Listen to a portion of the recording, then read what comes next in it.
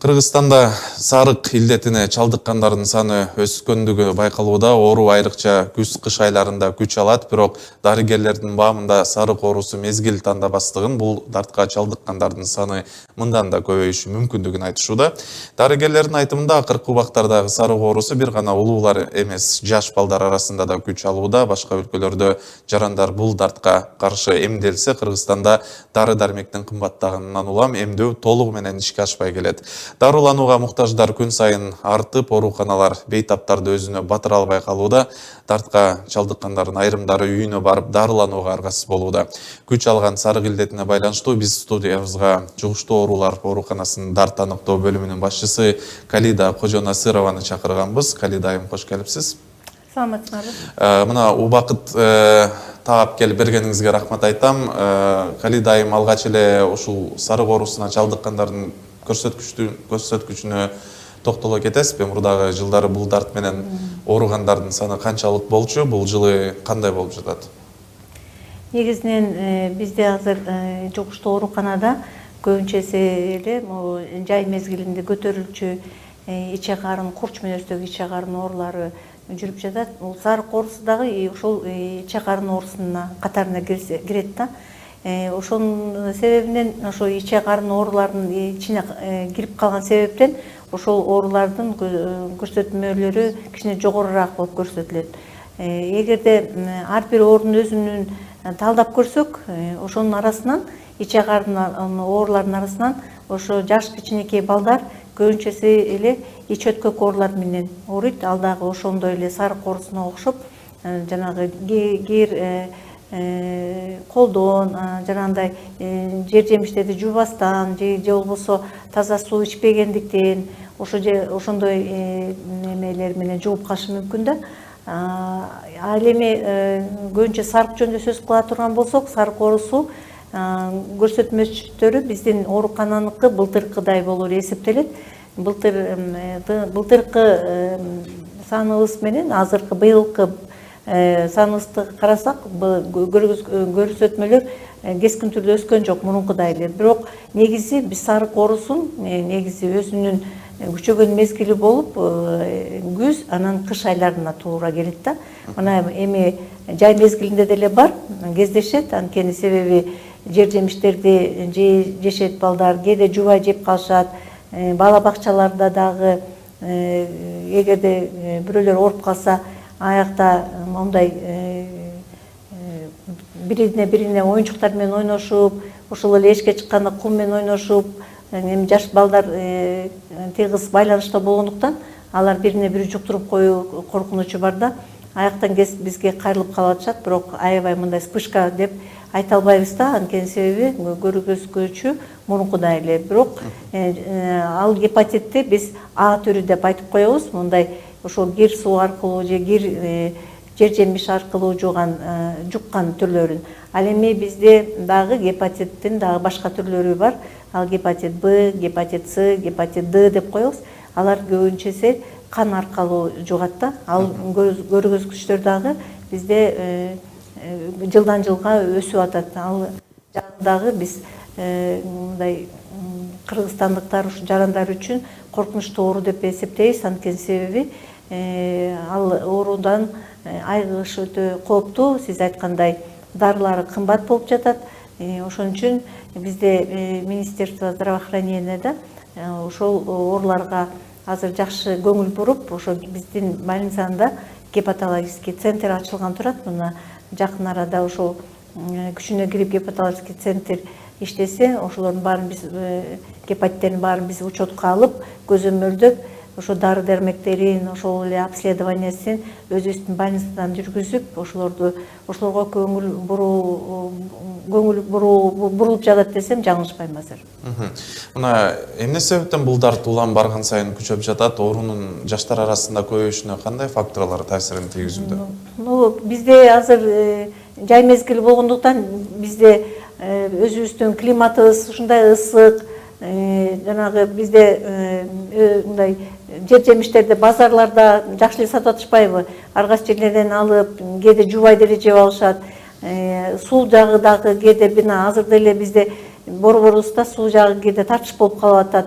айыл жерлерде дагы ошо кээ бир биздин жаңы конуштарда дагы азыркы мезгилде суусу жок отурган үй бүлөлөр бар. Ошолордун суудан тартыш болуп көп нерселерди суу тазалайт да, баардык мындай таза иш-аякты дагы жууганга суу керек, колду жууганга да суу керек. Ошону кээ бирлери экономить этип, кээде жакшы балким ошо суу жоктугунан көп деле мындай тазалыкты кээде сактабай калышы мүмкүн да. Ошон үчүн бизде ошол көбүнчө эсе эле биз статистиканы биздин больницадан карасак көбүнчө эле жаңы конуштан келишет бизгечи. Аны сурайбыз, биз эмне принимать этип атып кабыл алып атканда биз обязательно жанагы каяктан жугузуп алды болду экен, эмне жедиңер, каяка бардыңар десек, ошо кээде азыр жай мезгилинде көлчүктөр бар, көлчүктөргө жаш балдар барып түшүп, ошо сууну жутуп алышат, таза эмес суулардычы. Анан ал ошол жактан ошо микробтор, вирустар организмге ошо ооз аркылуу, суу аркылуу кирет дагы, анан ошолордон дагы көп ооруп калгандар болот да. Бассейндерге барышы мүмкүн, аякта көпчүлүк болот. Анан эми азыр жай мезгилинде көлдүгө барып атышат, ал жакта жанагы эмелерге барышат, кафелерге барат, ар кандайчы. Анан ошол жерден тамактанышат. Эгерде кафелерде идиш-аяктарды жакшы жуубай, тазалабай, же болбосо жанагындай дезинфекция кылып, обработка кылып туруш керек да өзүнүн эрежеси менен. Ошолорду жасабаса, анда бизде кайрадан быйыл ошо сарык оорусу менен кайрылгандардын саны көбөйөт го деп ойлоп атабыз. Туура айтасыз. Мына биз билген кандай оору болбосун ага каршы эмдөө жүргүзүлөт. Негизи биз бул дары дармектин кымбаттыгынан улам толук ишке ашпай жаткан экен. Керектүү дары дармек менен камсыз кылуу боюнча донор табуу же болбосо мамлекеттин казынасынан акча чегерүү сыяктуу маселени чечүү жолдору эмне себептен каралбай келатат? Негизи өнүккөн өлкөлөрдө ушул гепатит А түрүнө, анан Б түрүндө эмдөөсү аябай жакшы коюлганда, биздин жаныбыздагы эле алсак, Казакстан мамлекетин алсак, Казакстан мамлекетинде ушу гепатит Ага жаш өспүрүм балдарга эмдөөсүн жүргүзүп жатат да. Уже мен билишимче ушу акыркы 5-6 жылдарда эмдөө болуп, буларда бул мамлекетте ошо гепатит А түрүнүн кескин ылдыйлашы күтүлдү да. Биздин мамлекетте ошол кичинекей балдарда улуттук календарь деп коебуз, ошо эмдөө улуттук календарда ошо гепатит Анын эмеси эмдөөсү жок болуп турат да. Анткени себеби биз ойлойбуз да, ушул каражаттын жетишпегендигинен. Эгерде каражат жетишсе, ошол кичинекей өспүрүм жаш балдарга ошо гепатиттен 2 жолу салынат, план боюнча 2 жолу алынып калса, ошо көпчүлүк биздин балдар оорубайт эле да. Ушул эмдөө балким кийинчерээк болсо, мындай негизи календарга, бизге дагы улуттук календарга кирсе, көпчүлүк балдарды биз ошол сарык оорусунан сактап калат элек. Мына жогоруда учкай түрдө айтып кеттиңиз эле, ошол эле теманы улай. Учурда күн ысыган мезгил, көпчүлүк азык-түлүк коопсуздугуна көңүлү бурулбай жаткан кез. Туура тамактануу боюнча адис катары кандай кеңештерди берет элеңиз? Ушул азыр ысык мезгилинде бизде ар кайсы жерде, эгерде карап турсаңар, ошол холодильникке, муздаткычка салына турган оокаттарды деле эшикке алып туруп сатып аткандарды байкайбыз да.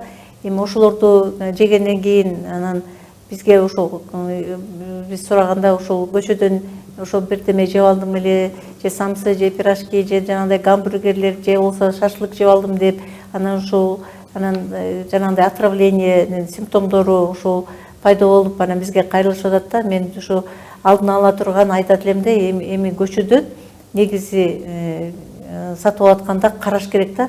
Ушул биздин санэпид станция уруксат берген, ушундай жашнакай магазиндер бар, жашнакай бизде эмелер, базарлар бар. Аерден уруксаты менен сатса, баардык жагын шарттары менен толук камсыз болгон, ошо суусу бар, ошо витриналары бар, муздаткычтары бар, лицензиялары бар, жанагындай книжкалары бар, ошо медициналык карточкалары бар.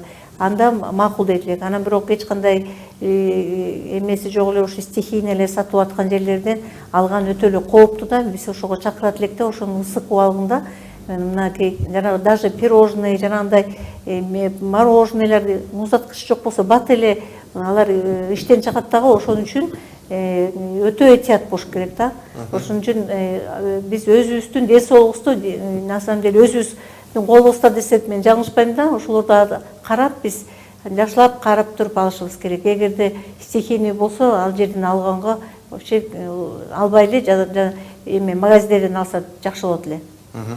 Мына эми соңку суроом, башында биз белгилегендей ооруканаларда дартты туура аныктоочу лаборатория көп деле эмес экен. Ал арасында туура эмес диагноз менен башка дарыларды ичип дарыланган учурлар да кездешет экен. Бул боюнча сиздин пикириңиз кандай? Азыр бизде жалаң эле Бишкек эмес, башка көп шаарларда деле ар кандай лабораториялар ачылып жатат. Эми ошолордун арасынан дагы ошол ар ким кээде ошол поликлиникаларда жасалбай калган же ооруканаларда кээ бир анализдер жасалбай калгандар болсо, ошо частный жеке лабораторияларга кайрылат да. Анан ошолордун баардыгы эле ошо туура деп айткандан алыспыз. Анткени себеби бизге кайрылып келгенде ошол лабораториялык дарт менен ошол өзүнүн клиникалык дарты кээде дал келбей калат да. Биз ошондо кайра анализге жөнөткөнгө мажбур болобуз. Ошон үчүн лицензиясы бар, Минздравдын лицензиясы бар гана лабораториядан анализ тапшырыш керек. Өлкө сарык оорусунун күч алуу жана дарттын алдын алуу жолдору тууралуу жугуштуу оорулар ооруканасынын дарт аныктоо бөлүмүнүн башчысы Калида Кожонасырова менен маектештик. Ишиңизге ийгилик. Рахмат.